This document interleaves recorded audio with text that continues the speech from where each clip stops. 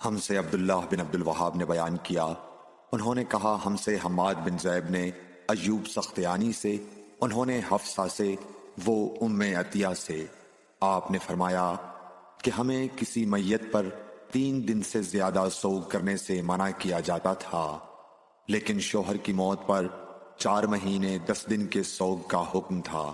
ان دنوں میں ہم نہ سرما لگاتی، نہ خوشبو، اور عصب یمن کی بنی ہوئی ایک چادر جو رنگین بھی ہوتی تھی کے علاوہ کوئی رنگین کپڑا ہم استعمال نہیں کرتی تھیں، اور ہمیں عدت کے دنوں میں حیض کے غسل کے بعد کست اظفار استعمال کرنے کی اجازت تھی، اور ہمیں جنازے کے پیچھے چلنے سے منع کیا جاتا تھا۔